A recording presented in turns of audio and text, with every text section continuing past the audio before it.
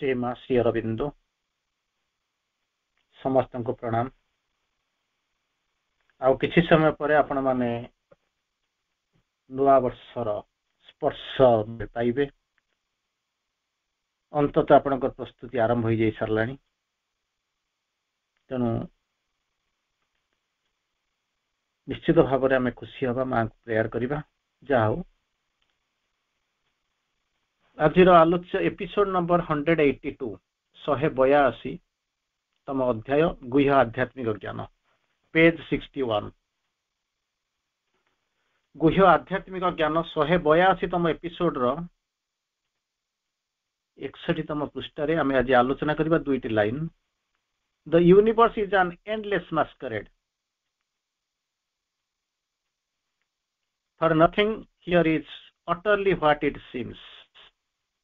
आज आलोच्य विषय वस्तु आम जहाँ को आज आलोचना करबा ए विश्व है असरंती छद्म रूपर अभिनय क्षेत्र।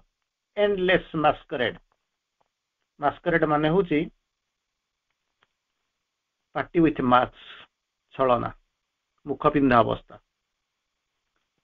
फॉल्स आउटवर्ड शो प्रिटेंस जहाँ देखुं सब छलना चली तार भीतर आम भी छलना करूँ से छलना भीतर रही खाली मु करुच्ची आपण करुँचा नुहे ये छलना भीतर दुनिया चली विश्व समग्र विश्व को जब आप इभालुएट करेंगे ताले देखिए सबुआड़े ये जिनस चली हे तो आपण मैंने किसी परिमाण सचेतन हो गले बहु परिमाण आप चिंता जहाँ कर लुक बिफोर यू लिव अनेक थर आप चिंता करुँच किंतु जहाँ ये पृथ्वी को जब आम चिंता करवा हूँ एंडलेस मास्करेड ये विश्व है असरंती छद्म रूपर अभिनय क्षेत्र।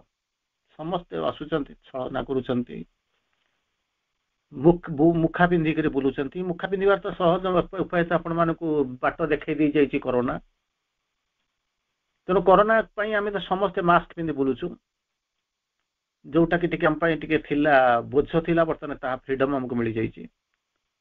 For nothing here is utterly what it seems जो रूप देखुचु प्रकृत में ता नुह आम जेमिति भावुचु ता नुहे आम जमी जाचु ता भी नुहे यही भाया दुनिया चली यही भाई दुनिया चली से चली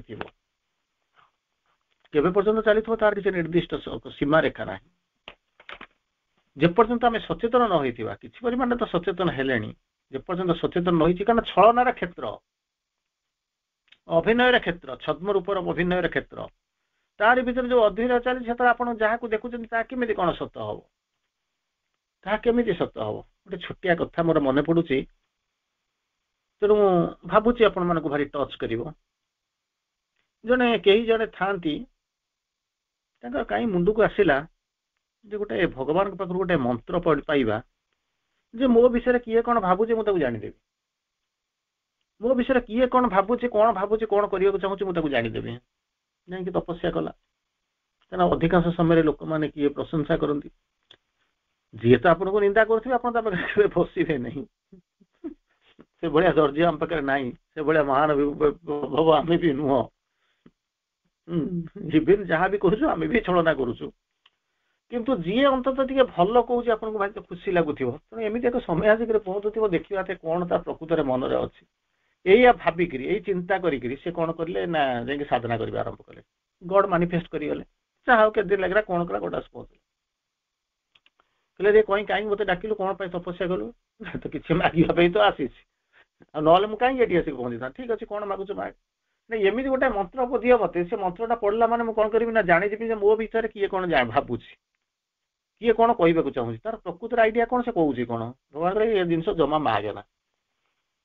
जमा मागे ना बड़ा कष्ट पाइबे नाई ना मोर से दरकार आईटा जानी भगवान कहते चिंता करना ना मुझे चिंता कर सारी चिंता न कर कौन आसिक एमती जो कुछ साधन कर वर्ष वर्ष धरिक पढ़ी था मत दिए भगवान कहले ठीक अच्छे मंत्रटा दे मन रखिकी जहाँ को परीक्षा करूँ पूर्व ये मंत्रटा गुण गुण गाईदेबू तापर तू जानीदेबू से कौन भावुची मंत्रटा को नेला घोषी घोषी गला पार्ट देखला समबडी इज कमिंग जे कि से भावे तार सबुठारु ये होचंती मित्र द मोस्ट फेवर्ड जहाँ कहते सबुठारु तार जे भूल शुभ चिंतक से ही लोक आसूची ଆସିକରି ପହଞ୍ଚିଲେ, ଦି ଜଣ ଦେଖା ହେଇଗଲା, କୋଳାକୁଳି ହେଇଗଲା। ହଠାତ୍ ଲୋକର ମନେ ପଡିଗଲା, ଏତେ ସୁନ୍ଦର ଲୋକଟା, ଏତେ ମତେ ଭଲ ପାଉଛି, ପ୍ରକୃତରେ ମୁଁ ଦେଖିବାକୁ ଚାହୁଁଛି ତା ଭିତରେ କଣ ଛଳନା ଅଛି କି କଣ ଅଛି କି ଭଲ ଅଛି, କେତେ ମତେ ଭଲ ପାଉଛି, ମୁଁ ସେଇ ଜିନିଷଟା ଦେଖିବାକୁ ଚାହୁଁଛି। ଏହା କହିକିରି କଣ କଲା, ସେ ମନ୍ତ୍ରଟା, ତାକୁ କୋଳାକୁଳି ହେଇଛନ୍ତି, ସେ ମନ୍ତ୍ରଟା ପଢିଦେଲା। ମନ୍ତ୍ରଟା ପଢି ଦେଇ ସାରିଲା ପରେ ଇଏ ଭାବୁଛି ସେ ମତେ ସବୁଠାରୁ ଭଲ ପାଉଛି, ପୃଥିବୀର ମୋର ସବୁଠାରୁ ବେଷ୍ଟ ଫ୍ରେଣ୍ଡ। କିନ୍ତୁ ମନ୍ତ୍ର ପଢିକିରି ତାକୁ କୋଳେଇ ସାରିଲା ପରେ ଯାହା ଜାଣିଲା, ତାର ହୋସ ଉଡିଗଲା। ମାନେ ସେ ଯାହା ଭାବୁଥିଲେ ଠିକ ତାର ଓଲଟା। ଆଗରେ ହସୁଛି, ଭଲ କଥା କହୁଛି, ପ୍ରଶଂସା କରୁଛି, ତାର ମଙ୍ଗଳ ମନାସୁଛି, କିନ୍ତୁ ପଛରେ କଣ ହେଇଛି ଠିକ ତା ଓଲଟା କରୁଛି। ଚେର କାଟିବା କଥା ଯୋଉ ଜିନିଷ, ତାର ଯୋଉ ଚେର କାଟିବା କଥା ସେଇ ଜିନିଷ ହଉଛି। ଏଇ କଥା ଦେଖି ସାରିଲା ପରେ, ଶୁଣି ସାରିଲା ପରେ ସେ ସେଠୁ କହିଲା କେବେ ଏମିତି ହେଇପାରେ ନା, ଭଗବାନଙ୍କର ମନ୍ତ୍ର ବୋଧେ ଭୁଲ। ତେଣୁ ଗଲା 2-3 ଜାଗା, 4 ଜାଗା, 5 ଜାଗା, 10 ଜାଗା ଏଇଭଳିଆ ପରୀକ୍ଷା କଲା। କିନ୍ତୁ ଦେଖିଲା ବେଳକୁ ଯୋଉମାନେ ତାର ଯେମିତି ଘୃଣା କରୁଥିଲେ ତାକୁ ମଧ୍ୟ ଜାଣି ସାରିଲା ବେଳକୁ ତାଙ୍କ ଘୃଣା ମୂଳରେ କଣ ଅଛି ଜାଣିଲା। ଜାଣି ସାରିଲା ଯେ future knowledge is an added pain. Future knowledge is an added pain. ମାନେ ନିଆଁ ତ ତା ବାଟରେ ଜଳୁଛି, ମୁଁ ମକ୍ଷିକା କାହିଁକି ଜଳିବାର କୌଣସି ଆବଶ୍ୟକତା ନାହିଁ, କିନ୍ତୁ ମୁଁ ଜଳୁଛି କାରଣ ମୋର ଯୋଉ ଜାଣିବାର ଇଚ୍ଛା, ଯୋଉ ଜିଜ୍ଞାସା ଅଛି, ସେଇଥିପାଇଁ ମତେ ମୁଁ ଯାଇକି ଅସୁବିଧାରେ ପଡୁଛି। ତାପରେ ଦୌଡ଼ିଲା, କୋଉଠିକି ଯିବ, ଯିଏ ଖୋଇଛି ମାଣ୍ଡି ଆସିବାକୁ, ଭଗବାନଙ୍କ ପାଖରେ ଯାଇକି ପହଞ୍ଚିଲା। ପୁଣି ତପସ୍ୟା କଲା। ଭଗବାନ ତାକୁ କହିଲେ କି ପୁଣି କଣ ହେଲା, ଆସିକି ପହଞ୍ଚିଲେ, କଣ ପାଇଁ ପୁଣି ଡାକିଛୁ? ନା ଆଜ୍ଞା ଆପଣଙ୍କ ମନ୍ତ୍ର ଫେରେଇ ନିଅନ୍ତୁ।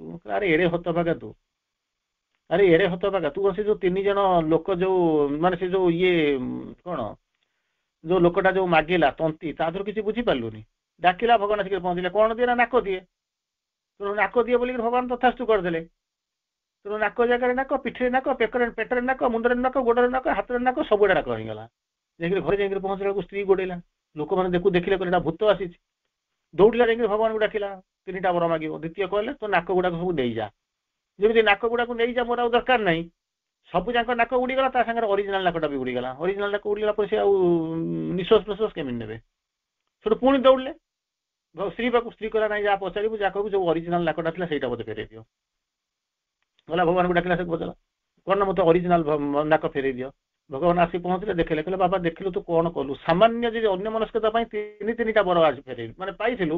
ତୋ ପାଖରେ ଚାନ୍ସ ଥିଲା, ତୁ ଯାହା ମାଗି ପାରିଥାନ୍ତୁ, ସ୍ୱର୍ଗ ବି ମଧ୍ୟ ମାଗି ପାରିଥାନ୍ତୁ, ଇନ୍ଦ୍ରପଦ ମାଗି ପାରିଥାନ୍ତୁ। ତୁ ହତଭାଗା କଲୁ କଣ ନା, ନାକ ଦିଏ, ନାକ ଫେରେଇ ଦିଏ, ଯୋଉ ନାକଟା ଦେଇଛ ସବୁ ମତେ ସେଇଟାକୁ ଫେରା। 3ଟା ବର ଲାଭ କଲା, ଆସୁ ଯୋଉଠି ଥିଲୁ ସେଇଠି ଅଛୁ, ଯୋଉଠି ଥିଲୁ ସେଇଠି ଅଛୁ। ଏଠି ମଧ୍ୟ ଠିକ ସେଇଭଳିଆ ଜିନିଷ ହଉଛି, କିଛି ନୂଆ ଜିନିଷ ହଉନାହିଁ, କିଛି ନୂଆ ଜିନିଷ ହଉନି। ତତେ ମନ୍ତ୍ର ଡାକିଲୁ, ପ୍ରାର୍ଥନା କଲୁ, ଭଗବାନ ମାନିଫେଷ୍ଟ କରିଗଲେ, କିଛି ଦବା ବି ମଧ୍ୟ ଆରମ୍ଭ କଲେ, କିନ୍ତୁ ତାକୁ ରଖିପାରିଲୁନି। କଣ ମାଗିଲୁ ନା, ମତେ ମନ୍ତ୍ର ଦିଏ। ସେକେଣ୍ଡ ଟାଇମ୍ ଆସିକି ମନ୍ତ୍ରଟା ଫେରେଇ ଦିଅ। 2ଟା ଜାଗାରେ ଯଦି ମନ୍ତ୍ର ଦିଅ, ମନ୍ତ୍ର ଫେରେଇ ନିଅ, ତାକୁ ଛାଡିକରି ତୁ ଯଦି ମାଗିଥାନ୍ତୁ ମୁଁ ଦେବତ୍ୱ ମାଗିଥାନ୍ତୁ, ତୁ ଯଦି ମାଗିଥାନ୍ତୁ ସ୍ୱର୍ଗ, ଯଦି ମୋ ପାଖକୁ ଆସୁ, ମୁଁ ଯଦି ଅମରାବତୀର ସ୍ୱପ୍ନ କଳ୍ପନା କରିଥାନ୍ତୁ, ସବୁ ଯାକ ମିଳିଯାଇଥାନ୍ତା। କିନ୍ତୁ ବର ପାଇକି, ସୁଯୋଗ ପାଇକି ମାନେ ତୁ ଏମିତି ହତାଶ ହେଇଗଲୁ। ଆଉ ତା ପାଖରେ କିଛି ଉତ୍ତର ନଥିଲା, କାରଣ ସେ ସାରି ଦେଇ ସାରିଛି। Ignorant like men know not why they live. କାହିଁକି ବଞ୍ଚିଛନ୍ତି ସେମାନେ କହିପାରିବେନି। ତେଣୁ ଗୋଟାଏ ପ୍ରକାର ଦେଖାଯାଉଛି, ଆମେ ତାକୁ ଗୋଟାଏ ପ୍ରକାର ଭାବୁଛୁ। ଆଉ ଯାହା ଦେଖାଯାଉଛି ହେଉଛି ଛଳନାର କ୍ଷେତ୍ର, ପ୍ରିଟେନସନ, ଫଲ୍ସ ଆପିୟରାନ୍ସ, ଫଲ୍ସ, ଗୋଟେ ବାହ୍ୟ ଛଳନା, ମୁଖବିନ୍ଧା ଅବସ୍ଥା, pretence, outward show, false outward show, party with a mask. ଯାହା ମୁହଁରେ କପଡା ସେଇଠି ବଡ, ସେଇଠି ବଡ, ଯୋଉଠି କପଡା ସେଇଠି ଲପଡା, ଯାହା ମୁହଁରେ କପଡା ତାର ତ ବେଶୀ ଲପଡା। ତେଣୁ ଆମେ ତାକୁ ଜାଣିପାରୁନୁ, ଭାବୁଛୁ ବୋଧେ ଦୁନିଆ ସାଙ୍ଗେ ସବୁବେଳେ ଚାଲିଛି, ଦୁନିଆରେ ସବୁ ଜିନିଷ ଚାଲିଛି। ତେଣୁ ସବୁବେଳେ ସଚେତ ହବ, ସବୁବେଳେ ସଚେତନ ହେଇକି ବସିବ, ଯଦି ନ ହବ ବସିଯିବ। ଯାହା ହଉ, ଏଇ ଯୋଉ 2ଟି ଲାଇନ ଆମେ ପଢିଲୁ, ସେ 2ଟି ଲାଇନଟା ହେଲା କଣ, the universe is an endless masquerade, for nothing is here is utterly what it seems. ଯୋଉ ଭଳିଆ ଦେଖାଯାଉଛି ପ୍ରକୃତରେ ସେମିତି ନୁହେଁ, ସବୁ ଯାକ ଛଦ୍ମ, ସବୁ ଯାକ ଛଳନା। ଛଳନା ମହି ଗୋ ରାଣମ, ତୁମକୁ ଛଳନା କରନି ଆଉ, ଛଳି ଛଳି ମୁହିଁ ଛଳେଇ ଗଲିରି, ଛଳନା ସେତିକି ଥାଉ। ପରବତ ଜମା ଚଢି ପାରିବେନି, ହାତରେ ମୁହାତ ଧରି, ଅଭିନୟ ଜମା କରିପାରିବେନି, ମୁହଁରେ ମୁରଙ୍ଗ ବଳି। ତଥାପି ଛଳନା ଛାଡି ମୁଁ ପାରୁନି, ଛଳନା ମଇ ଗୋ ଶୁଣ, ତୁମେ ମୋ ଛଳନା, ତୁମେ ଛଳପଣା, ଛଳିବା ହଉ ମୋହରି କାମ। ତେଣୁ ସେଇଟାକୁ ଛାଡି ପାରିବେନି, ବଞ୍ଚି ପାରିବେନି, ତାରି ଭିତରେ ରହିବେ। ତୁ ତ ମୁତ୍ରି, ମୁଁ ତ ମୁତ୍ରି, ହେଁସ କାହିଁ ପାଇଁ ଧଇବ। ଏଇଭଳିଆ ଜୀବନ ଚାଲିଯିବ, କିନ୍ତୁ କିଛି ବଦଳିବାର ନାହିଁ। ଯାହା ପଢିଲେ ତାର ଓଡିଆ ହଉଛି, ଅର୍ଥ ହଉଛି ଏଇଆ। ଏଇ ବିଶ୍ୱ ହେଲା ଅସରନ୍ତି ଛଦ୍ମ ବେଶର ଅଭିନୟ କ୍ଷେତ୍ର। ଅସରନ୍ତି ଛଦ୍ମ ବେଶର ଅଭିନୟ କ୍ଷେତ୍ର, କାରଣ ଏଠାରେ ବାହାରକୁ ଯେଉଁ ରୂପ ଦେଖାଯାଏ ତାହା ପୁରାପୁରି ସେଇଭଳିଆ ନୁହେଁ, ସମ୍ପୂର୍ଣ୍ଣ ମେ ବି ସମ୍ପୂର୍ଣ୍ଣ 100% ଓଲଟା, କିନ୍ତୁ ଆମେ ତାକୁ ସତ ବୋଲିକି ଭାବୁଛୁ, ତାରି ଭିତରେ ଆମେ ରହିଛୁ। ତେଣୁ ଯୋଉ ମାସ୍କରେଡ୍ ଶବ୍ଦଟା ଆମେ ଯୋଉ ୟୁଜ କରୁଛୁ ସେ ହେଉଛି ଗୋଟେ ଫ୍ରେଞ୍ଚ ଶବ୍ଦ, ରେଣ୍ଡେଭୋ, ମନେ ରଖିଥିବେ। କାରଣ ଶ୍ରୀ ଅରବିନ୍ଦ ଯୋଉ ଶବ୍ଦ ଗୁଡ଼ିକ ଆଣିଛନ୍ତି ବିଭିନ୍ନ ଜାଗାରୁ ଆଣିଛନ୍ତି, ବିଭିନ୍ନ ଶବ୍ଦରୁ ଆଣିଛନ୍ତି। ତାପରେ ଆପଣ ଜାଣିଛନ୍ତି ଇଂରାଜୀ ଡିକ୍ସନାରୀ ପ୍ରତିବର୍ଷ 15-20 ନୂଆ ଶବ୍ଦ ବିଭିନ୍ନ ଜାଗାରୁ ଆସେ, ଇଭିନ୍ ଓଡ଼ିଆରୁ ମଧ୍ୟ ଯାଇଛି। ସେମିତି ଫ୍ରେଞ୍ଚ ଶବ୍ଦକୁ ଯାହାକୁ ଆଣିଛନ୍ତି ତାହା ହେଉଛି ଗୋଟିଏ ଶବ୍ଦ, ରେଣ୍ଡେଭୋ ବୋଲିକରି କହନ୍ତି। ସେମିତି ଆପଣ କଣ କରନ୍ତି, ଗ୍ରୀକରୁ ଆଣିଛନ୍ତି, ଲାଟିନରୁ ଆଣିଛନ୍ତି, ବିଭିନ୍ନ ଶବ୍ଦରୁ ଆଣିଛନ୍ତି। ତେଣୁ ଏଠି ଯୋଉ ମାସ୍କରେଡ୍ ବୋଲିକି ଯୋଉ ଶବ୍ଦ ରହୁଛନ୍ତି ସିଏ ହେଉଛି କଣ ନା ଫ୍ରେଞ୍ଚ ଶବ୍ଦ, ଯାହାର ଅର୍ଥ ହେଲା ମୁକ୍ତା। ଫ୍ରେଞ୍ଚ ଶବ୍ଦ ବିଭିନ୍ନ ପ୍ରକାର ଯୋଉ ଶବ୍ଦ ଆପଣ ଆଣିଛନ୍ତି,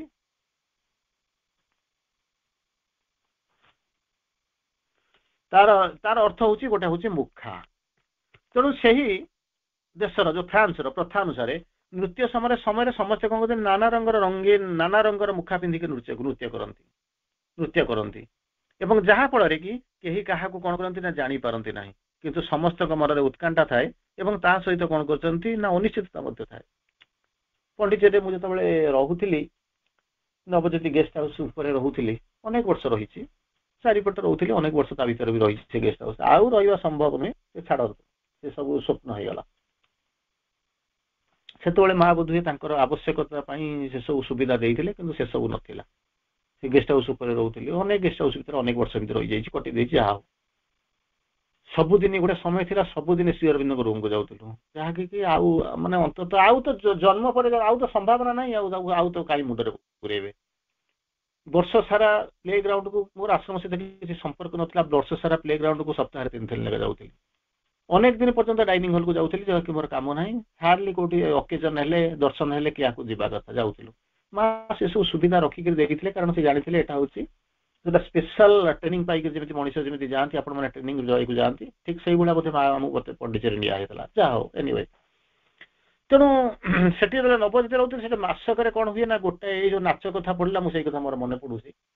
ମୁଁ ଯୋଉଠି ରହିଥିଲି ଠିକ ତାର ମାନେ 20-30 ମିଟର ଦୂରରେ ସେଇ ଯୋଉ ମୁଁ ଯୋଉଠି ରହୁଥିଲି ସେ ଗେଷ୍ଟ ହାଉସ, ତା ମଝିରେ ଗୋଟେ ଘର, ତା ପାଖ ଯୋଉ ଘରଟା, ସେ ଉପରଟା କଣ ହଉଥିଲା ନା, ସବୁ ଏଇ ଯୋଉ ନଡିଆ ପତ୍ର ତାଳ ପତ୍ର ଯୋଉ ଚାଞ୍ଚୁରାରେ ସେଇଟା ଘୋଡା ହେଇଥିଲା, ଉପରଟା ଏକଦମ ଉପରଟା, ସେଇଠି ମାସରେ ଗୋଟିଏ ଦିନ ରାତିଟାଏ ଅତ୍ୟନ୍ତ ନାଚ ଗୀତ ଭୋଜନ ଫୋଜନ ହୁଏ, ସମସ୍ତେ ଏମିତି ନାଚନ୍ତି, ଲାଇଟ ପୁରା ଇଏ ହଉଥିବ, ଅନ୍ଧାର ଲାଇଟ, ନାଚନ୍ତି, ବହୁତ ସମୟ ଇଏ କରନ୍ତି, ମୁହଁ ମଧ୍ୟ ବାନ୍ଧିଥାନ୍ତି, ସମସ୍ତେ ଗଦା ଗଦା ଲୋକ ଆସିକରି ପହଞ୍ଚନ୍ତି। ସେ ସବୁ ଯାକ ଅଲମୋଷ୍ଟ ସବୁ ଫ୍ରେଞ୍ଚ ଏମ୍ବାସିର ଲୋକ, ଫ୍ରାନ୍ସ ଲୋକ ଯୋଉମାନେ ରହନ୍ତି, ତାଙ୍କର ଗେଟ୍ ଟୁଗେଦର ହୁଏ। ୟାକୁ ଦେଖି ସାରିଲା ପରେ ମୋର ମନେ ପଡିଲା, ତାପରେ ଏମ୍ବାସିରେ ତ ତାଙ୍କର ଯୋଉ ସ୍ପେଶାଲ ପ୍ରୋଗ୍ରାମ ହୁଏ ତାଙ୍କର, ସେଠିକି ମଧ୍ୟ ଯାଉ, ସେ ଅଲଗା କଥା। କିନ୍ତୁ ଯୋଉ ନାଚ କଥା କହୁଛି, ସେମାନେ ବହୁତ ଏନ୍ଜୟ କରନ୍ତି, ତାଙ୍କର ଏମ୍ବାସି ଅଛି, ତେଣୁ ସେ ପାଖାପାଖି ଆସି ସମସ୍ତେ ଆସି ସେଥିରେ ରହୁଛନ୍ତି, ଏଇଭଳିଆ ସବୁ ନାଚ କରନ୍ତି, ମୁହଁରେ ସବୁ ମଧ୍ୟ ବନ୍ଧା ହେଇଥାଏ, ସେମାନେ ଖୁବ ଏନ୍ଜୟ କରନ୍ତି। ତେଣୁ ଏଇ ଯୋଉ ମାସ୍କରେଡ୍ କଥା ହଉଛି ଫ୍ରେଞ୍ଚ ଶବ୍ଦ, ଯାହାର ଅର୍ଥ ହଉଛି ମୁଖା। ସେ ଦେଶର ପ୍ରଥା ଅନୁସାରେ ନୃତ୍ୟ ସମୟରେ ସମସ୍ତେ କଣ କରନ୍ତି ନା, କଣ କରନ୍ତି, ମୁଖା ମାନେ ଗୋଟେ ମୁହଁରେ ବାନ୍ଧିକିରି କଣ କରିବେ ନା, ନୃତ୍ୟ କରିବା ଆରମ୍ଭ କରନ୍ତି ଏବଂ ତା ଫଳରେ କେହି କାହାକୁ ଜାଣିପାରନ୍ତିନି, ଅନ୍ଧାର ହେଇଥିବ, ଲାଇଟ୍ ଟିକେ ଲଉଥିବ, ଝିକଝାକ ଲାଇଟ୍ ଯୋଉ ଆପଣଙ୍କର ଘୁରୁଥିବ, ଲାଇଟ୍ ଟିକେ ଟିକେ ଆପଣଙ୍କର ପଡୁଥିବ, ଝାପ୍ସା ଦେଖା ହଉଥିବ, ସମସ୍ତେ ମୁହଁରେ ପିନ୍ଧୁଥିବେ, ଆଉ ସବୁ ଗୁଡାକ ଅଲମୋଷ୍ଟ ପ୍ରାୟ ଏକା ଭଳିଆ ଦେଖିବା ପାଇଁ, ଅଲମୋଷ୍ଟ ସବୁଗୁଡା ଦେଖିବା ପାଇଁ। ତେଣୁ ସେଠି ହଉଛି କଣ ନା, ସବୁ ଯାକ ଗୋରା ଲୋକ, ଗୋଟେ ଇଏ ରହୁଛି, ଗୋଟେ ପ୍ରକାର ଅଲମୋଷ୍ଟ ସେ ମାନେ ଜାଣିବା ଭାରି କଷ୍ଟ ହେଇଯିବ। ସମସ୍ତଙ୍କ ମନରେ ଉତ୍କଣ୍ଠା ଥାଏ ଏବଂ ସେମାନଙ୍କ ସହିତ କଣ ହଉଛି ନା, ଅନିଶ୍ଚିତତା ମଧ୍ୟ ଥାଏ। ଉତ୍କଣ୍ଠା ଥିବ ଯେତେବେଳେ ମାନେ ବାର୍ଗେନିଂ କରୁছে, କିଏ କୋଉଠି କହୁଛି, କାହାକୁ ଛୁଁଛି, କାହା ସହିତ ନାଚୁଛି, କେମିତି ଜାଣିପାରିବେନି, ଏମିତି ଅବସ୍ଥା ହେଇଥିବ। ତାପରେ ସରିଲା ବେଳକୁ ସେମାନେ ଖୁସି ହେବେ, ତାଙ୍କ କଲଚର, ତାଙ୍କ ଟ୍ରାଡିସନ ତାଙ୍କୁ ପରମିଟ୍ କରେ, କିଛି ଅସୁବିଧା ନାହିଁ, ଆପଣ ଏତେ ବ୍ୟସ୍ତ ହବା ଦରକାର ନାହିଁ। ଅବଶ୍ୟ ସେଇ କଲଚର ଆମ ଭିତରକୁ ମଧ୍ୟ ଅନେକ ପ୍ରକାରରେ ପ୍ରବେଶ କଲାଣି।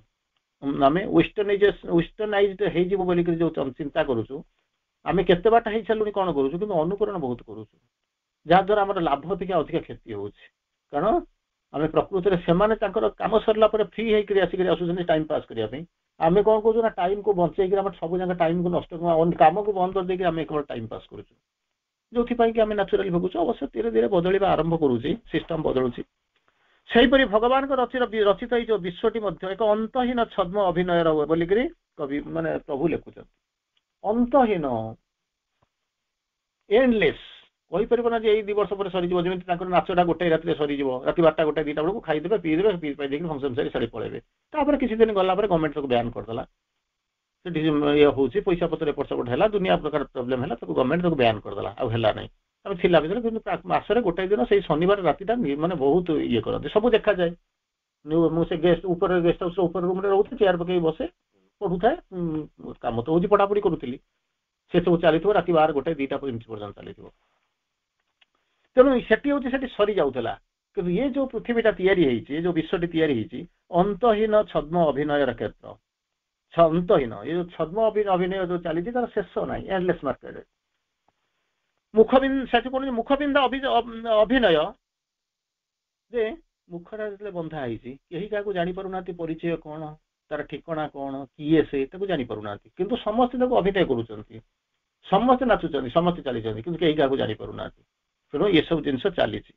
ଆଉ ମୁହଁଟା ସିନା ଦେଖାଗଲେ ଆପଣ ତାକୁ ଜାଣନ୍ତେ କି ବୁଝନ୍ତେ, ତାର ପରିଚୟ ପାଆନ୍ତେ। କିନ୍ତୁ ଏଠି କଣ ହେଇଛି ନା ମୁହଁଟା ପୁରା ବନ୍ଦ ହେଇଯାଇଛି, ତାକୁ ଜଣା ପଡୁନି। ଏଇ ବିଶ୍ୱର ନାନା ରୂପ ଯୋଉ ସମାବେଶ ମଧ୍ୟରେ କେଉଁଠି କଣ ବୋଲିକିରି ଠିକ ଭାବରେ ଜଣା ପଡିବ।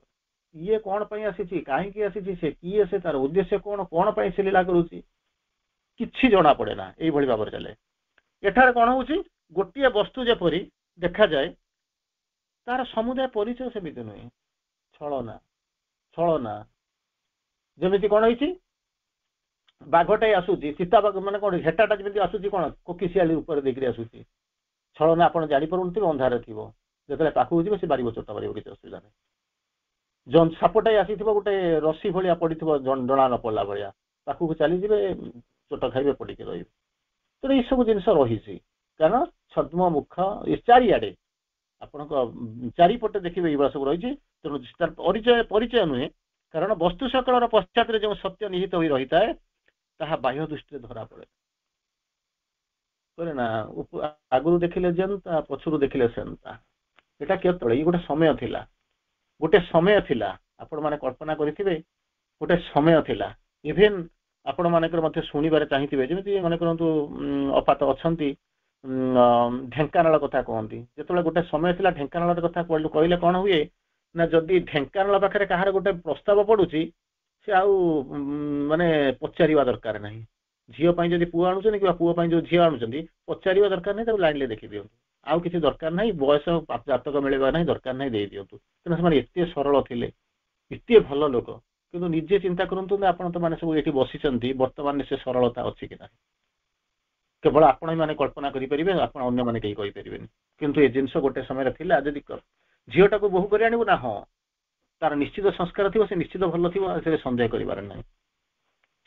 ଗୋଟେ ଝିଅ ଦବୁ ନା, ହଁ ନିଶ୍ଚିତ ଭାବରେ ତାର ପରିବାର, ଘର ଦ୍ୱାର, ସଂସାର ସବୁ ଯାକ ଭଲ ହେଇଥିବ, ଏଥିରେ ସନ୍ଦେହ କରିବାର ନାହିଁ, ତାକୁ ଦେଇଦିଅନି। ତେଣୁ ଆଜିକାଲି ସେ ଜିନିଷ ନାହିଁ, ହୋପଫୁଲି ନାହିଁ। ମୁଁ ତା ଭିତରେ କମେଣ୍ଟ ଦେବା ପାଇଁ ଚାହୁଁନି। କିନ୍ତୁ ସେ କଣ ହଉଛି ନା, କୁଆଡେ ଚାଲିଗଲା। କାହିଁକି? ତାର ଗୋଟେ ବାହ୍ୟ ଚରିତ୍ର ଥାଏ, ଗୋଟେ ଅନ୍ତ ଚରିତ୍ର ଥାଏ, ଦୁଇଟା ଯାକ କୋଇନସାଇଡ କରେ, ଏକା ପ୍ରକାର ଥାଏ। କିନ୍ତୁ ଆଜିକାଲି ଦେଖୁଛନ୍ତି ଅଲଗା। ଭିତର ରୂପ ଅଛି, ତାକୁ ପ୍ରକାଶିତ ହେଇପାରୁନି, କାରଣ ଚୈତ୍ୟ ସତ୍ତାର ଯୋଉ କଣ ହଉଛି, ତାକୁ ଯାଇ ପହଞ୍ଚିବା, ତାର ଯୋଉ ଆୱେକନିଂ, ତାର ଯୋଉ ଇଲେଭେସନ ଯେତିକି କରିଥିବେ ଆପଣ ମାନେ ସେତିକି ଜାଣିଥିବେ। କିନ୍ତୁ ବାହ୍ୟଟା ଯେମିତି ପରିବର୍ତ୍ତନ କରୁଥିଲା, ସେ ଆହୁରି ସବୁ କଣ କହୁଛି, ଓଲଟା ହେଇଯାଉଛି। ସରଳତା ଥିଲା, ହଠାତ୍ ତା ଭିତରକୁ ପଶିଗଲା, ଏସବୁ ଜିନିଷ କଣ କହୁଛି ନା ଖରାପ ହଉଛି। କାରଣ ପୃଥିବୀରେ ସେଇ ଏନଭାଇରନମେଣ୍ଟ, ସେ ଯୋଉ କଣ ହେଇଛି ନା, ଚାରିପଟେ ଯୋଉ ସରାଉଣ୍ଡିଂଟା ସେଇଭଳିଆ ଖରାପ ହେଇକି ରହିଛି। ସେଥିପାଇଁ କହୁଛନ୍ତି, ଯୋଉ ସତ୍ୟ ଭିତରେ ପଶ୍ଚାତରେ ଯୋଉ ସତ୍ୟ ନିହିତ ହେଇକି ରହିଥାଏ, ତାହା ବାହ୍ୟ ଦୃଷ୍ଟିରେ ଧରା ଦିଏ ନାହିଁ। ତେଣୁ ସବୁ କିଛି ଏକ ପ୍ରତିଭାସ ଏବଂ ଭ୍ରାନ୍ତିପୂର୍ଣ୍ଣ ଚିତ୍ର ଭଳିଆ ଦେଖାଯାଏ। ସେମାନେ ଜାଣିପାରନ୍ତିନି, ଯୋଉଟା ବାହାରେ ଦେଖୁଛନ୍ତି ସେଇଟାକୁ ସେମାନେ ଧରି ନେଇଛନ୍ତି, they have taken it for granted. ସେ ଦେଖୁଛନ୍ତି ଏଇଟା ହିଁ ଠିକ, ତେଣୁ ଆଉଥରେ ସେମାନେ ମୁଣ୍ଡ ଖେଳାନ୍ତିନି। କିନ୍ତୁ ଯୋଉମାନେ ଟିକେ ଟିକେ କନସିୟସ୍, ସେମାନେ ଯେତେବେଳେ ଦେଖୁଛନ୍ତି, ଜିନିଷଟାକୁ ଦେଖୁଛନ୍ତି, ଯେତେବେଳେ ତର୍ଜମା କରୁଛନ୍ତି, ସେମାନେ ଜାଣୁଛନ୍ତି ଯେ ପ୍ରକୃତରେ ହଉଛି କଣ, ପ୍ରକୃତରେ ଚାଲିଛି କଣ, କେମିତି କଣ ଚାଲିଛି। ଏହାର ତ ଶେଷ କୋଉଠି କିଛି ଜଣା ପଡୁନାହିଁ। ଅଶାନ୍ତି, ଅତୃପ୍ତି, ଯାହାକୁ କହୁଛନ୍ତି ସବୁ ଜିନିଷ ଜାଣୁଛି। ତେଣୁ ଭ୍ରାନ୍ତିପୂର୍ଣ୍ଣ ଏବଂ ପ୍ରତିଭାସ ଚିତ୍ର ଭଳି ପ୍ରତିମାନ ହଉଛି। ଯୋଉମାନେ ତା ଭିତରେ ଜାଣିନାହାନ୍ତି, ସେମାନଙ୍କୁ କିଛି ଲାଗୁନି, ସବୁ ହଁ ଠିକ ଠାକ ଚାଲିଛି। ଅବଶ୍ୟ ଆମେ ଦେଖିବା ଦରକାର ନାହିଁ, କି ନାହିଁ, କିନ୍ତୁ ପ୍ରତିଭାସୀ ଭଳି ଲାଗୁଛି। ଅନେକ ସମସ୍ତ କଣ ହଉଛି, ଅନେକ ସମସ୍ତ ବହି ବିଶ୍ୱ ବ୍ୟାପାରକୁ ମାୟାର ଏକ ଭିଆଣ ବା ଚିତ୍ତ ବିଡମ୍ବନା ବୋଲିକରି ମଧ୍ୟ ମତ ପୋଷଣ କରିଥାନ୍ତି। କାହିଁକି ଆସିଛ, ହ୍ୱାଟ ୟୁ ଆର୍ ହିୟର ଫର। ଅନେକ ସମୟରେ କହନ୍ତି, ମା ତ କହିଛନ୍ତି ନା କଣ କହିଛନ୍ତି, ଭୁଲ ଦେଖିବନି, ଭୁଲ ଜାଣିବନି, ତମେ ତମ ନିଜ ବାଟ ରହିବ, ଭଗବାନଙ୍କୁ ଏତେ ଅନ୍ୟ କିଛି ଚିନ୍ତା କରିବନି, ତମର ଦୃଷ୍ଟିଟା କେବଳ ଭଗବାନଙ୍କ ପାଖରେ ରହିବ। ଠିକ ଅଛି, କିଛି ଅସୁବିଧା ନାହିଁ, ସେଗୁଡାକୁ ଧରନ୍ତୁ ନାହିଁ ଯଦି ନିଜେ ସାଧନା କରିବାକୁ ଚାହୁଁଥିବେ। କିନ୍ତୁ ଯଦି ଥରେ ତା ଭିତରକୁ ପଶିଯିବେ ଏସବୁ ଜିନିଷ ଜାଣି ସାରିଲା ପରେ, ସେମାନଙ୍କର ତ ଯାହା ହଉଛି ହଉଛି, ସେଟା ଅଲଗା କଥା, ଇଭଲ୍ୟୁସନରେ ଧୀରେ ଧୀରେ ଯାଉଛନ୍ତି। ଆପଣଙ୍କର ଯୋଉ କ୍ଷୁଦ୍ର ବ୍ୟକ୍ତିରେ ଯାଉଥିଲେ ଯୋଉ, ସେଟା କଣ କରିବ, ଧୀରେ ଧୀରେ କମି ଆସିବ। ତେଣୁ ବେଟର ହଉଛି କଣ, ବେଟର ଏସବୁ ଜିନିଷରେ ନ ପଶିକିରି କଣ କରିବ ନା, କେବଳ ଭଗବାନ। କାରଣ ପୂର୍ଣ୍ଣ ଯୁଗ ମାନେ ଗୋଟିଏ ଜିନିଷ ବୁଝୁଛି, ଓନ୍ଲି ଡିଭାଇନ୍। ଆରମ୍ଭ ଡିଭାଇନ୍, ମଝି ଡିଭାଇନ୍, ଶେଷ ଡିଭାଇନ୍। ତେଣୁ ଉପରକୁ ଚାହାନ୍ତୁ, ତଳକୁ ଚାହାନ୍ତୁ, ବାଇଁକୁ ଚାହାନ୍ତୁ, ଡାହାଣକୁ ଚାହାନ୍ତୁ, ସବୁ ଯାକ କରନ୍ତୁ, କେବଳ ଭଗବାନଙ୍କ ସହିତ ଅନ୍ୟ କିଛି ଚିନ୍ତା କରନ୍ତୁ। ଏ ଆଖେ ହମାରେ ହୋ ଯାଏ ଅନ୍ଧି, ଯୋ ତେରେ ସେବା ଦେଖେ ସ୍ୱପ୍ନା କିସି କି। ଗୀତ ଗାଇଲା ବେଳକୁ ଭାରି ମଜା ଲାଗୁଛି, କିନ୍ତୁ ଜୀବନରେ ପ୍ରୟୋଗ କରିଦେଲା ବେଳକୁ ଅସୁବିଧା ହଉଛି, ଅସୁବିଧା ହେଇଯାଉଛି। କିଛି ଅସୁବିଧା ନାହିଁ, କାରଣ ପ୍ରକୃତରେ ଆମେ କଣ କରୁଛୁ ନା, ବାହାରେ ଆମେ ରହିଛୁ, ଭିତରକୁ ଯାଉନୁ। ଯଦି ଭିତରକୁ ଯାଉଥାନ୍ତେ ତାହେଲେ ଜୀବନର ଧର୍ମ ଅଲଗା କିଛି ହେଇଥାନ୍ତା। ସେମାନେ ଏହାକୁ ଭଗବାନଙ୍କର ସୃଷ୍ଟ ବିଶ୍ୱ ବୋଲିକରି ସେମାନେ କଣ କରନ୍ତିନି ନା, ମନେ କରିପାରନ୍ତି ନାହିଁ। କଣ ପାଇଁ ହେଇଛି? କିଛି ସମୟ ପୂର୍ବରୁ କେହି ଜଣେ ମତେ ପଚାରୁଥିଲେ, ଆମେ ତ ବିଭିନ୍ନ ଜାଗାରେ ଆମେ ଆଲୋଚନା କରୁଛନ୍ତି, ସେଠିକାର ଆଲୋଚନା କାହିଁକି ଏମିତି କରୁଛନ୍ତି, ଏଠି ମଧ୍ୟ କାହିଁକି ଆମେ ଏମିତି ଆଲୋଚନା କରୁଛୁ? ସେ କ୍ୱେଶ୍ଚିନ୍ ଟେ ପଚାରିଲେ, ସେଠି ବଡ ଚମତ୍କାର ଲାଗୁଛି, ଆଉ ଏକ ହେଇଯାଉଛି, ଜାଗରଣ ହେଇଯାଉଛି, କିନ୍ତୁ ଏଠି ଯେତେବେଳେ ସନ୍ଧ୍ୟା 7ଟାରୁ 8ଟା ଆମେ ଯୋଉ ଅଧଘଣ୍ଟା 40 ମିନିଟ୍ ଘଣ୍ଟାଟେ ବସୁଛନ୍ତି, ସେଠି କାହିଁକି ହଉଛି? ତ କହିଲେ ଗୋଟିଏ ଜିନିଷ ହଉଛି କଣ, ସେଟା ମନ ପାଇଁ, ଏଟା ଆପଣଙ୍କ ଚୈତନ୍ୟତା ପାଇଁ। ଏଠି ଯଜ୍ଞ ହଉଛି, ଯୋଉମାନେ ରହୁଛନ୍ତି ସେମାନେ ବଦଳିବାକୁ ହୁଏତ ଚେଷ୍ଟା କରୁଥିବେ। ସେ ଦୁନିଆ କିଏ ବଦଳିଲେ ନ ବଦଳିଲେ ନାହିଁ, ଆମେ ଅନ୍ତତଃ ଏଇ ଯୋଉ ଘଣ୍ଟାଟା ହଉଛି, ଆମେ ଗୋଟେ ଅଲଗା ଚେତନା ନେଇକି ରହିଛୁ। କିନ୍ତୁ ଯେତେବେଳେ ବାହ୍ୟ ଚେତନା ହଉଛି, ଆଜି କଣ୍ଟିନ୍ୟୁଅସଲି 11ଟାରୁ 12ଟା ଥିଲା, ଯୋଉମାନେ ଶୁଣିଥିବେ, ତାର ଆଲୋଚନା ଅଲଗା। ବାହାରକୁ ଯେତେବେଳେ ଚାଲି ଯାଉଛୁ, ତାର ସିଷ୍ଟମ ହଉଛି ଅଲଗା, ତାକୁ ଅଲଗା ହଉଛି। ସମ୍ପୂର୍ଣ୍ଣ ଭାବରେ ଗୋଟେ ଗୋଟେ ଜାଗା ଯାଉଛନ୍ତି, ଅଜଣା ଜାଗାକୁ ଯାଉଛନ୍ତି, ଅଜଣା ଜାଗା ଯାଇକି ପହଞ୍ଚିଲେ ତା ଆଲୋଚନା ମଧ୍ୟ ଅଲଗା। କିନ୍ତୁ ଏଇ ଯୋଉ ଘଣ୍ଟାଟେ ଆମେ କରୁଛୁ, ଆମେ କହୁନୁ କିଏ ଆସିଲେ କିଏ ନ ଆସିଲେ, କିଏ କେତେବେଳେ ଆସିଲେ, କିଏ କାହିଁକି ଆସିଲେ, କିଏ କେତେ ବୁଝିଲେ କେତେବେଳେ ନ ବୁଝିଲେ, କିଏ କେତେ ପରିବର୍ତ୍ତନ ହେଲେ, ପରିବର୍ତ୍ତିତ ହେଲେ, କେତେ ନ ପରିବର୍ତ୍ତିତ ହେଲେ, ଏଟାକୁ ଆମେ ଦେଖୁନୁ। ଆମେ ଜାଣିଛୁ ଏଇ ହଉଛି ଯୋଉ ଅଧଘଣ୍ଟା 40 ମିନିଟ୍ ପାଉଛୁ, ଏଥିରେ ଅନ୍ତତଃ ଗୋଟେ ସେଇ ଚେତନାକୁ ଯିବା ଯୋଉଥିରେ କି ଯଜ୍ଞ ହଉଛି, କିଛିଟା ପରିବର୍ତ୍ତନ ହବ। ଯୋଗ ମାନେ ହଉଛି ପ୍ରାକ୍ଟିକାଲ ସାଇକୋଲୋଜି। ତେଣୁ ସେଇ ଜିନିଷ ଭିତରକୁ ଆମେ କେମିତି ଯିବା, ସେଇକୁ ଆମେ ଚିନ୍ତା କରୁଛୁ। କିନ୍ତୁ ଅନ୍ୟ ଗୁଡାକ ଯାହା ହଉଛି, କାହାର ମନକୁ ଯୋଉ ଆମେ ଯୋଉ ଯାଇକି ଆଲୋଚନା କରୁଛୁ, ତେଣୁ ତାକୁ କଣ କରୁଛନ୍ତି ନା, କାହାର ମନକୁ ଛୁଇଁବ, କାହାର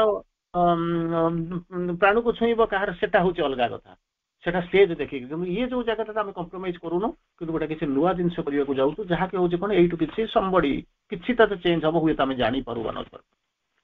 ଯାଉ ତାର ଆଗକୁ ଯିବା। ୱାର୍ଲଡ ଇଜ ଏ କଣ ହଉଛନ୍ତି, ଏଣ୍ଡଲେସ୍ ମାସ୍କରେଡ୍। କଣ ହଉଛି ମାସ୍କରେଡ୍, ଯାହାକୁ ଆମେ କହୁଛନ୍ତି what is seen in this universe. କେତେବେଳେ ଦେଖାଯାଏ ଜିନିଷଟା ଚିନ୍ତା କରନ୍ତୁ। ପଦାର୍ଥଟାକୁ ଆପଣ କେମିତି ଦେଖାଉଛନ୍ତି? ଆପଣ ବସିଛନ୍ତି, ଆପଣଙ୍କ ସାଙ୍ଗରେ ମାଙ୍କ ଫଟୋ ଅଛି, ସେଠି ଗୋଟେ ଟେବୁଲ ଟେ ପଡିଥିବ, ଚେୟାର ଟେ ପଡିଥିବ, ଖଟଟେ ପଡିଥିବ, ଯୋଉଠି ବସନ୍ତୁ, ଆପଣ ବାଙ୍ଗାଲୋରରେ ବସନ୍ତୁ, ଢେଙ୍କାନାଳରେ ବସନ୍ତୁ, କେଉଁଝରରେ ବସନ୍ତୁ, ଭୁବନେଶ୍ୱରରେ ବସନ୍ତୁ, କଟକରେ ବସନ୍ତୁ, ଯୋଉଠି ବସନ୍ତୁ, ବର୍ତ୍ତମାନ ଆପଣ ଏତିକି କରିଥିବେ କଣ, ଗୋଟେ ଗୋଟେ ବସିଥିବେ, ବସିକିରି ଧ୍ୟାନସ୍ଥ ହେଇକି ରହିଥିବେ, ଆପଣଙ୍କ ଆଗରେ କିଛି ଜିନିଷ ସେ ଘର ଭିତରେ ଥିବ। ସବୁ ଜିନିଷକୁ ଆପଣ ଦେଖିପାରୁନାହାନ୍ତି, କିଛି ଜିନିଷକୁ ଦେଖୁଛନ୍ତି। କିଛି ଜିନିଷ କେମିତି ଦେଖୁଛନ୍ତି? ସେଇ ଯୋଉ ଜିନିଷ ଉପରେ ପଡୁଥିବା ଆଲୋକ ଫେରି ଆସିକି ଆପଣଙ୍କ ଆଖିରେ ପଡିଲା ବେଳକୁ ଆପଣ ଦେଖିଦେବେ। ପଦାର୍ଥ ଉପରେ ପଡୁଥିବା ଆଲୋକ ଫେରି ଆସି ଆମ ଆଖିରେ ପଡିଲେ ଆମେ ପଦାର୍ଥକୁ ଦେଖିପାରେ। ଫାଇନ୍, ଏଟା ହଉଛି ଡେଫିନେସନ। ଯୋଉଟାକୁ ଆପଣ ଦେଖୁଛନ୍ତି ସେଥିରେ ପଡୁଥିବା ଆଲୋକଟା ଫେରି ଆସି ଆପଣଙ୍କ ଆଗରେ ପଡୁଛି, ଦେଖାଯାଉଛି। ଯୋଉଟା ଦେଖିପାରୁନାହାନ୍ତି ସେ ଆଲୋକ ଆପଣଙ୍କ ପାଖକୁ ଫେରି ପାରୁନି। ଦ୍ୱିତୀୟ କଥା ହଉଛି କଣ, ବାହ୍ୟ ଜଗତରେ କିଛି ଜିନିଷ ଅଛି, ତା ଉପରେ ପଡୁଥିବା ଆଲୋକ ଫେରି ଆସି ଦେଖିଦଉଛି, ତେଣୁ ଆପଣ ବାହ୍ୟ ଭାବରେ ଦେଖୁଛନ୍ତି। କିନ୍ତୁ ଅନ୍ତଃ ଜିନିଷ ଗୁଡାକ ଯୋଉଗୁଡାକ ସିଏ ଆଲୋକ, ତାକୁ ଦେଖିବା ପାଇଁ ଆଖି ଏପର୍ଯ୍ୟନ୍ତ ପ୍ରସ୍ତୁତ ହେଇନି, ସେକୁ ଜାଣିବି ନାହିଁ। ଆଖି ଦେଖିପାରିବନି, କାନ ଶୁଣି ପାରିବନି, ପାଟି ଜିଭା କହିପାରିବ ନାହିଁ, ହାତ ଛୁଇଁ ପାରିବ ନାହିଁ। ଏଭଳିଆ ଜିନିଷ ଗୁଡାକ ଅଛି, ତାକୁ ଜାଣିବା ଶୁଣିବା ଭିତରେ କଣ ସମ୍ଭାବନା ଅଛି? ଆମେ କଣ ହଉଛୁ, what is seen in the universe, ଯୋଉଗୁଡାକ ଦେଖାଯାଉଛି, ଯୋଉ ବାହ୍ୟ ଚେତନା ଭିତରେ ଯୋଉଟା ବାହାରକୁ ଆମେ ଦେଖୁଛୁ, ସେ କହୁଛନ୍ତି not the whole truth of it. ବହୁତ ବିରାଟ, ପୃଥିବୀଟା ବିରାଟ, ଆମକୁ ଯେତିକି ବାଟ ଦେଖାଯାଉଛି ଆମେ ସେତିକି ବାଟ ଦେଖୁଛୁ, ଖାଲି ଆଖିରେ ଦେଖୁଛୁ ଆକାଶଟା କଣ ଗୋଟେ ଦେଖାଯାଉଛି। ତେଣୁ ଏଇ ଯୋଉ ଯେତିକି ବାଟ ଦେଖାଯାଉଛି, କଣ ବିଶ୍ୱଟା ସେଇଭଳିଆ? ଭାବୁନାହାନ୍ତି। ଗୋଟେ ଲୋକ କହିବ ମୁଁ 12 ଘଣ୍ଟା ଫ୍ଲାଇଟରେ ବସିବି, ଯାଇକି ଆମେରିକା ଯାଇକି ପହଞ୍ଚିବି, କି 15 ଘଣ୍ଟା ଦିଲ୍ଲୀ ଯିବି, ଦିଲ୍ଲୀରୁ ଯାଇକି ଆମେରିକା ଯିବି। ଆଚ୍ଛା, ଏଠୁ ଯେତେବେଳେ ବସୁଛନ୍ତି ଦେଖାଯାଉନି, ଏଠୁ କେତେ କିଲୋମିଟର ଭିତରେ ଆଖିର ପରିଧି ଦେଖି ଦଉଛନ୍ତି। କିନ୍ତୁ 12 ଘଣ୍ଟା 15 ଘଣ୍ଟା ଯେତେବେଳେ ଫ୍ଲାଇଟରେ ଉଠିକିରି ଯାଉଥିବେ, ସେତେବେଳେ ଆପଣ ଦେଖୁଥିବେ ସେ ଯୋଉ ଚିତ୍ର ସବୁ ଦେଖୁଥିବେ। ଆମେରିକା ଯାଇକି ପହଞ୍ଚିଲାକୁ ଦେଖିବେ ତା ଆଗକୁ ସେମିତି କେତେ ଗୁଡା ଲମ୍ବିଛି, କୋଉଠି ଶେଷ ନାହିଁ। ତେଣୁ ଇଏ ହଉଛି କଣ, ପାର୍ଟ ଅଫ କଣ, a part is seen, we have taken it for the whole. ଆମେ ତାକୁ ଭାବୁଛୁ ଆମକୁ ବୋଧେ ସବୁ ଜଣା ପଡିଗଲା, ଦେଖିଦେଲୁ, ସବୁ ବୋଧେ ବୁଝିଗଲୁ। କିନ୍ତୁ ହଉଛି ପ୍ରକୃତରେ ବାସ୍ତବରେ ସତ୍ୟ ହଉଛି କଣ, a part is seen, a part is ଗୋଟିଏ ମାତ୍ର ଅଂଶ, ଗୋଟିଏ ମାତ୍ର ଗୋଟେ ବିରାଟ ବୃତ୍ତର गोटे विराट वृत्तर क्षुद्र चापटी आमको देखा जाउछि आम भावुछु सेटा सरल रेखा भाया देखा होछि किंतु वृत्तटा होछि बंका गोले गोटे वृत्तटा किंतु आम जोटा देखुछु छोटियाटा तो आमको देखा होछि एटा सरल एटा होछि संपूर्ण बोली देखा होछि और स्ट्रेट लाइन भाया देखा होछि all is a surface appearance what utterly exists surface appearance जिन विराट पृथ्वी गोटे विराट वृत्तर क्षुद्र चापटी क्षुद्र अंशटी नेला से आपको सरल लेखा जाऊँ कि प्रकृति में गोटे गोल गोटे राउंड गोटे वृत्तटे गोटे गोलेटे तार अति छोट अंशटा नौ बोलिक सरल लेखा भाया देखा ये मत से भाया हूँ सरफेस अपियरेंस जोटा देखा बाहर देखा कौन हूँ ट्रूली एक्जिस्ट बिहाइंड द भेल ऑफ द अपरेंट फॉर्म किंतु प्रकृति कौन हूँ आमे जहाँ देखुचु सी हूँ सत्यर संपूर्ण सत्य नुहे तार गोटे क्षुद्र अंश तेणु जो सरफेस अपियरेंस बाहर जोटा हमको देखा जाउछि प्रतीयमान होउछि कोन होउछि truly exist behind the apparent form सेटा होउछि जोटा जे ओरिजिनलटा कोन होउछि जोटा देखा जाउछि ता पछकु जाउछन समुद्र रे देखिले टर्बुलेंसी अछि झड़ लहरी देखा होउछि किंतु भितरु जिवे शांत माछटा खेलुछि गोटा बड़ माछटा माटा खेलुछि तार ऊपर कौन देखुवे छोटिया छोटिया दंडिकरी जाल गुड़ाक डेउथिबे आपण ताको देखि गयो किसी नहीं ये जाल गुड़ा सारे खेले किंतु प्रकृति रे जाल खेलुथबो जे सी ता तळे थिबो ता भितर को जीवा पड़िबो सत्यटा ता सही भलिया जो सत्यटा हमको देखा जाउछि तार पश्चात रे वास्तव सत्यटा लुचि गिरई what is observed by the physical eye माने जो दृष्टि की आखि के धरि के बसचंती ता द्वारा हमको जोटा ऑब्जर्व करूछन देखुचंती व्हाट इज एक्सपीरियंस्ड एटा होछि साधारण भाव देखा जाउथबा या होछि टिके अधिका ऑब्जर्व माने ऑब्जर्व किए काई करिवो बाटे गला जे जो देखा लाला किंतु ऑब्जर्व करछन माने पर्यवेक्षण करूछंती तापर एक्सपेरिमेंट करूछंती ता भीतर को जाउछंती व्हाट इज एक्सपीरियंस्ड लोक जाउछन खाइ दोछन ताकर किछि एक्सपीरियंस नाही किंतु आपण आसीचंती एक्सपीरियंस कोन जानिलेनी सोल एक्सपीरियंस नउछि आपण एक्सपीरियंस नउछन चलीचंती experience by the physical sense बाह्य इंद्रिय द्वारा जहा को आपण एक्सपीरियंस करूछंती इज नॉट इंडीड फॉल्स एटा प्रकृति मिछ भी नुहे किंतु संपूर्ण सत्य नुहे मिछ नुहे दिस इज ट्रू किंतु नॉट द होली ट्रू ता मते सत्य फॉल्स किंतु कोन होची it is of the entire truth of things वे तो संपूर्ण मिछ न होई पारे किछि परिमाण सत्यता अछि किंतु संपूर्ण सत्य न विराट वृत्त नेबे आपण पढि जते पिलांको पढाई जते तार छोटिया गिरी काटिबे सरल लेखा भला देखा जाउछि किंतु यदि दूर ठिया जब लेंस रे लिखे डिमिनिश्ड लेंस रे जब देखिए एटा तो पूरा माने वृत्तटा गोलेटा ये मुझे छोटिया नेली मत कहीं सरल लेखा भाया देखा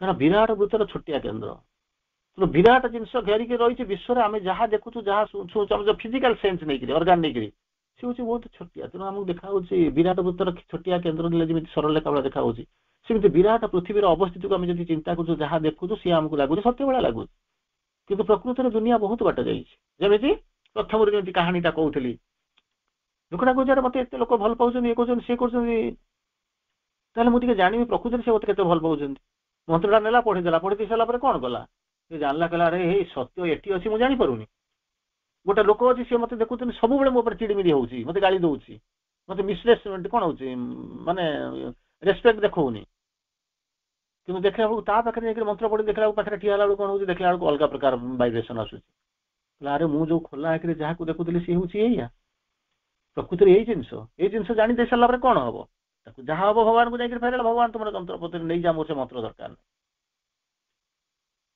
जानवा दरकार नहीं कारण जीवन टाक कौन यही जिनसा एत वर्ष तपस्या कल पाइल पुणी गल तपस्या कल कि वर्ष कटेल मानते रिजल्ट कौन ऑब्जर्व करने आरंभ कल फेल कल बोली किसी समय दुख कल तापर फेरवा भगवान को डाक भगवान तो मिनु डाकिदेले शीघ्र पहुँचे ताकू कौन कर ना आसिक पहुँचा डाकिया आउ किसी वर्ष तपस्या कल केते वर्ष अननेसेसरी नष्ट है कहले केते वर्ष अननेसेसरी नष्ट है तारी भीतर जब प्रकृति भगवान को डाकी था निजर मंगल भगवान विश्वर मंगल डाकी था केते लाभ होता कहतु समय गुड़ाक अଯଥା नष्ट होगा आप जानीपारे एवं भी समय अच्छी भगवान आपको फ्री कर देते बसी सब शुणुंट कि जीवन जब प्रयोग न करेंगे कौन करेंगे सब करूँ किसी असुविधा ना कि चेतना रे रही तो पार एक्सपीरियंस तो नवाक पड़ो विभिन्न प्रकार समस्या भितर आम जाऊँ नारद नुह तो आम जा खाली नारायण नारायण कहीकि बोलवा चारिपटर बंधन चारिपट समस्या भितर आम घेरी जाऊँ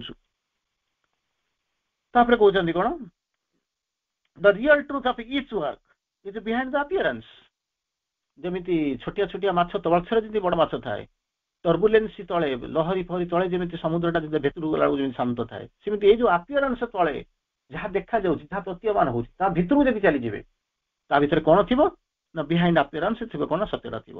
strive to express itself more and more through the changing forms it deceives to suit the developing stresses। ସେ କେତେବେଳେ କରିବ, ଷ୍ଟ୍ରେସ୍ ଯେତେବେଳେ ଡେଭଲପ କରିବ, ତାହେଲେ ତାକୁ ଆପଣ ଜାଣିବେ, ବାହାରୁ ଯେତେବେଳେ ଭିତରକୁ ଯିବା ଆରମ୍ଭ କରିବେ। strives to express itself, ନିଜକୁ ନିଜେ କଣ କରିବ ନା ପ୍ରକାଶ କରିବାକୁ ଚେଷ୍ଟା କରିବ, more and more, ଅଧିକରୁ ଅଧିକ। କେମିତି କଣ, through the changing forms। ଏକାଥରେ କରିପାରିବେନି, ଏକାଥରେ ଦେଖୁଛନ୍ତି ପ୍ରବଳ ବେଗରେ ଆପଣଙ୍କର ଦେଖୁଛନ୍ତି ଲହରୀ ମାଳା ଆସୁଛି, ହଠାତ୍ କଣ ସେଇ ତାର 2 ଇଞ୍ଚ ତଳକୁ ମାନେ ଇଏ ରହିଛି, ଶାନ୍ତ ଅବସ୍ଥା ଅଛି, ପ୍ରଶାନ୍ତି ଅଛି, ଭିତରକୁ ଯିବାକୁ ପଡିବ। to express itself more and more through the changing forms, ଧୀରେ ଧୀରେ ପରିବର୍ତ୍ତନ ହବ, ପରିବର୍ତ୍ତନ ରୂପ ଦେଖେଇବେ। ଆପଣ କହିବେ ନା ଯେ ହଠାତ୍ ମୁଁ ଏମିତି ଚାଲି ଯାଉଛି, ମାନେ 4 ଆଙ୍ଗୁଳି ଖଣ୍ଡ ତଳକୁ ଚାଲିଯିବି, ସବୁ ସମୁଦ୍ରଟା ସ୍ଥିର ହେଇକି ରହିଥିବ। ଚେଞ୍ଜିଂ ଫର୍ମସ୍, ରୂପ ବଦଳଉଥିବ। କଣ ହଉଛନ୍ତି, ଇଟ୍ devices to suit the developing stress। ଯୋଉ ପରିମାଣରେ ପ୍ରସ୍ତୁତ ହଉଥିବେ, ଯୋଉ ଷ୍ଟ୍ରେସ୍ ମାନେ ହଉଛି କଣ, ଫୋର୍ସ ଆପ୍ଲାଏ କରୁଛି, F by F force apply ହେଉଥିବ ଗୋଟେ ନିର୍ଦ୍ଦିଷ୍ଟ ଏରିଆ ଭିତରେ ଉପରେ, ସେ ହେଉଛି ଷ୍ଟ୍ରେସ୍। ଷ୍ଟ୍ରେନ୍ ହେଉଛି change of length Bai original length, କେତେ ବଦଳିଲା ସେଇଟାକୁ ମାପିବାକୁ ପଡିବ, ଚାହିଁବେ। ଷ୍ଟ୍ରେସ୍ ହେଉଛି ଗୋଟେ ଏରିଆ ଉପରେ କେତେ ଚାପ ପଡୁଛି, ସାଇନ୍ସ ପାଠ ଆପଣ ଜାଣିଥିବେ, F by A। ଷ୍ଟ୍ରେନ୍ ହେଉଛି ଡେଲ୍ଟା L by L, କେତେ ଚେଞ୍ଜ ହେଇଛି ତାକୁ ମାପିବା ପାଇଁ, ତାର ପରସେଣ୍ଟେଜ ଦେଖିବା ପାଇଁ। ତେଣୁ ଷ୍ଟ୍ରେସ୍ ହେଉଛି ଡେଭଲପିଂ ଷ୍ଟ୍ରେସ୍, କେତେ ପରିବର୍ତ୍ତନ ହେଇଛି, କେତେ ଫୋର୍ସ ଆପ୍ଲାଏ ହେଉଛି, କେତେ ବଦଳୁଛି, କେତେ ପରିବର୍ତ୍ତନ ହଉଛି, ସେଇ ଜିନିଷଟାକୁ ଦେଖିବା ପାଇଁ ହଉଛି changing forms of the device. it devices to suit the developing stress। that is why the world presents the appearance of a masked play। ତେଣୁ ଏଇଥିପାଇଁ ପୃଥିବୀଟା କଣ ହେଇଛି, ଯେମିତି ଗୋଟେ ଲୀଳାକ୍ଷେତ୍ର ପହଞ୍ଚି ଯାଇଛି, ଛଦ୍ମବେଶୀ ଲୀଳାକ୍ଷେତ୍ର ଯାହାକୁ ଆପଣ କହୁଛନ୍ତି, ଏଣ୍ଡଲେସ୍ ମାସ୍କରେଡ୍, ଗୋଟେ ମୁଖା ହେଇଯାଇଛି, ଯେମିତି ଦେଖାଯାଉଛି ଗୋଟେ ଆଉ ଗୋଟେ ପ୍ରକାର। ଯେତେବେଳେ ମୁହଁଟାକୁ ମୁଖାରେ ଘୋଇ ଦେଇଥିବେ, ସେତେବେଳେ ଆପଣଙ୍କର ସମ୍ପୂର୍ଣ୍ଣ ମୁହଁଟା ଦେଖାଯାଉଥିବ। ଯେତେବେଳେ ମୁହଁଟାକୁ ଯେତେବେଳେ କାଢିଦେଲେ, ଯେତେବେଳେ ବାହାରକୁ ଆସିଗଲେ, କିଛି ପରିମାଣରେ ଦେଖାଗଲା, ଆପଣ ଜାଣିଲେ ଏଇ ଲୋକଟା। କିନ୍ତୁ ଯେତେବେଳେ ମୁହଁଟା ସମ୍ପୂର୍ଣ୍ଣ ଘୋଡେଇ ଦେଇକି ଆପଣ ବୁଲୁଛନ୍ତି, ସେତେବେଳେ କଣ ଦେଖାଯାଉଛି, ଦେଖାଯାଉନାହିଁ। the real character acting under disguise। ଯେତେବେଳେ ଏ ମାସ୍କଟା ବାହାର କରିଦବ, ଯେତେବେଳେ ଫଲ୍ସ ଆପିୟରାନ୍ସ ଚାଲିଯିବ, ଟ୍ରୁଥ ଆଡକୁ ଯିବେ, ଭିତରକୁ ଯିବା ଆରମ୍ଭ କରିବେ, ସତ୍ୟର ଅନୁସନ୍ଧାନ କରିବା ଆରମ୍ଭ କରିବେ, ଧୀରେ ଧୀରେ ବାହାରିବ, ହଠାତ୍ ବାହାରିବନି। ସେଠି ଯାଇକି ପହଞ୍ଚିବ, କଣ ହବ ନା ମାର୍କଡ ପ୍ଲେ। ସେଇ ଯୋଉ ଲୀଳା ଚାଲିଛି, ତା ଭିତରକୁ ଯେତେବେଳେ ଯିବେ, ରିଅଲ କ୍ୟାରେକ୍ଟର ଆସିବା ଆରମ୍ଭ କରିବେ। ରିଅଲ କ୍ୟାରେକ୍ଟର, ଯୋଉ ଚରିତ୍ରଟା ବାସ୍ତବ, ଯୋଉଟା ସତ୍ୟ, ଉପରେ ଯୋଉଟା ରହୁଛି ସେଟା ହଉଛି ପ୍ରତିଭାସିକ ସତ୍ୟ, ଦେଖାଯାଉଛି, ପ୍ରତୀୟମାନ ହଉଛି।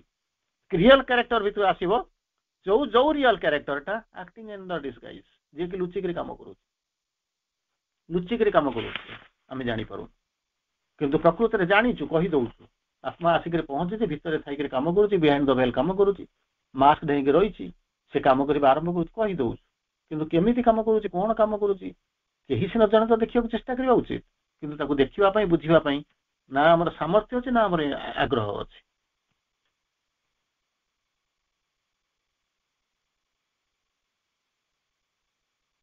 ଆପଣମାନେ ଯେତେବେଳେ ଜାଣିଲେଣି, ଆଟଲିଷ୍ଟ ଚେଷ୍ଟା କରିବା। ବନ୍ଦେ ମାତରମ୍। ଧନ୍ୟବାଦ।